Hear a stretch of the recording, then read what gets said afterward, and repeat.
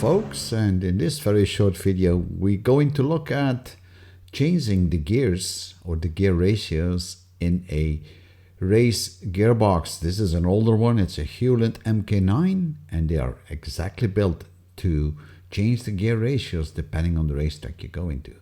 Some racetracks, they have a lot of curves, they are very short and very short straights. Other racetracks are just the opposite. So fitting the right gears are very important into your gearbox, and this takes about half an hour. So here I took off the rear cover, and you can see the cover here was glued into place with silicone. That is not the best thing to do because you always need to clean that up. But you'll see what I'm using when I'm putting it back together. Now this is what we call the jockey, and the jockey is connected to the stick in the cockpit, and it allows you to select the proper gear. Now before we go into disassemble the gearbox, I will lock the gearbox, and you see the two outer blocks that have been pushed in. If you have no reverse on the gearbox, that is not going to work. Now we have two shafts there. One, the top one, is having left threaded thread, and the bottom one is having right threaded thread. So remember that if you have to undo it. So the cotter pins, of course, have to be removed. Otherwise, you can't loosen up the bolts, or the nuts, I should say.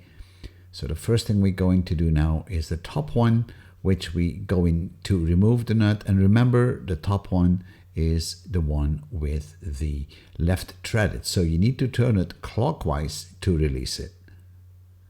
The lower one is a standard nut, which you actually release counterclockwise. So keep that in mind, and you can see that one right here.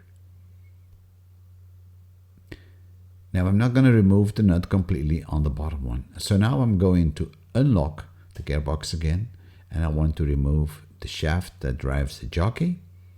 This is a special bolt in some cases, so you don't want to lose that special bolt. So put that aside, and now I can pull out the jockey.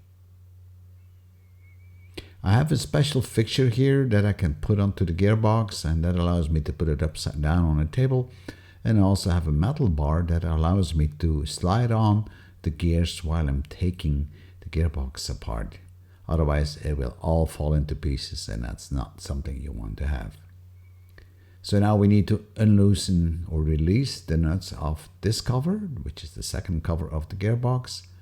I'm putting my fixture in place, and then gently knock with a soft hammer on the gearbox on the cover to open it up. Now once it opens up a bit, you're going to have a lot of oil coming out of it, but then I'm going to use that bar to slide on the gears, and here you see that on how I do this. And this way I don't lose any of the gears, they all stay nicely in place.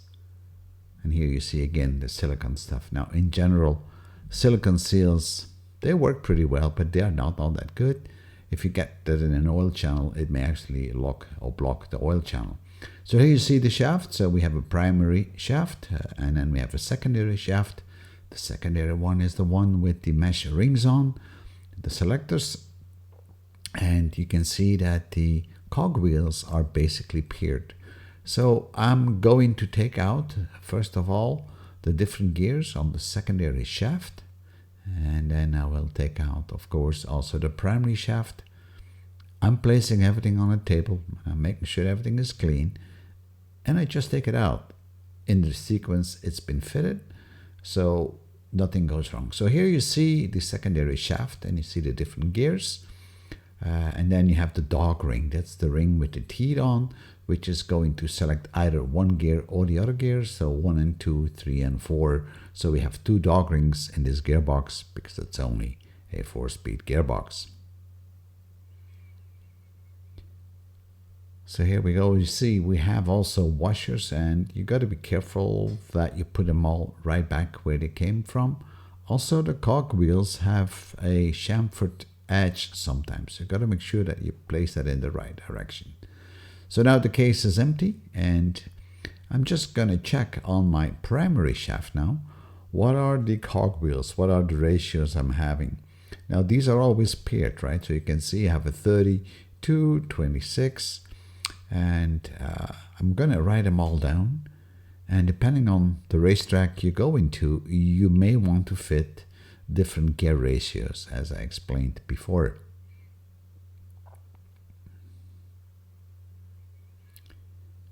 Not very complex. You can create spreadsheets and graphs on this like I've done here to see how far your RPMs are falling while you're shifting, making sure that the RPMs are still within the torque range.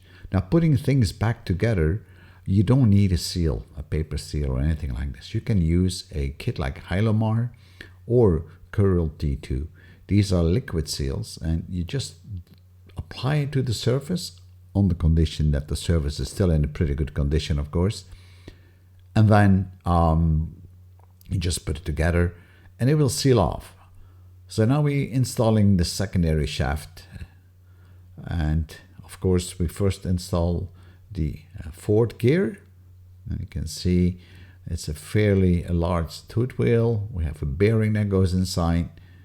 And always grease things, and cleanliness is very important if you're doing this kind of work, and you might as well do an inspection on it. Now I'm installing the second part, and first of all I have the dog ring which goes in. Remember, the dog ring is what bites into the gears, basically, that drives the gears to the shaft. And I'm just building up the stack the way it came out. And I like to work both on the primary and the secondary shaft at the same time, because it makes it easier to put it all together. And here I'm just pointing out the chamfer on the tooth of the cogwheels. Remember that, that's important. So, not a difficult thing to do. This may look complicated, but if you've done it once, you will see it is all very straightforward and simple.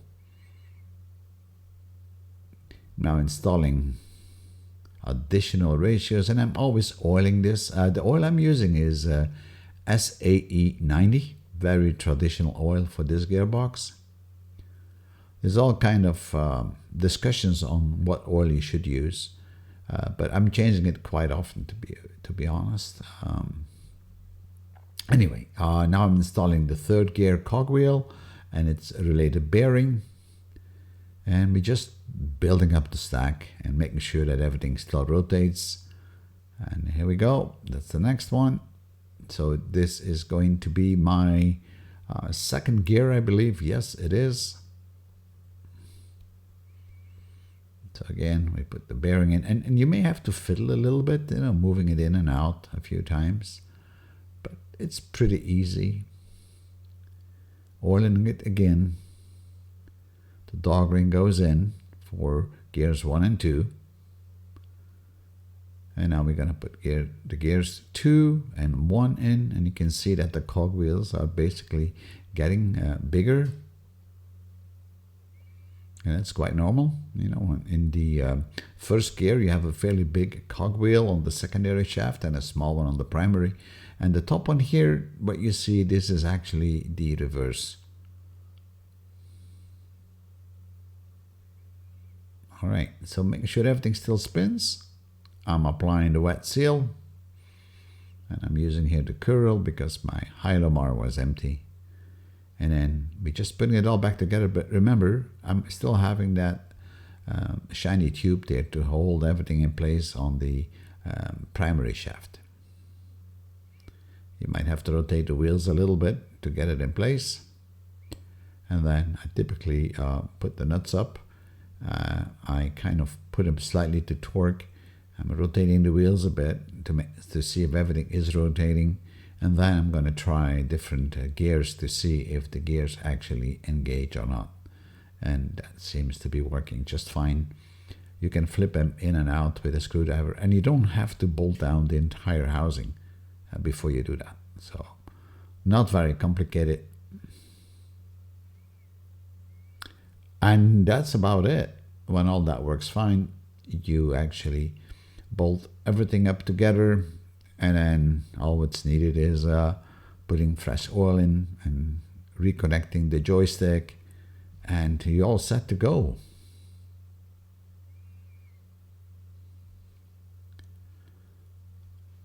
So don't forget, of course, on the big nuts to install a cutter pin.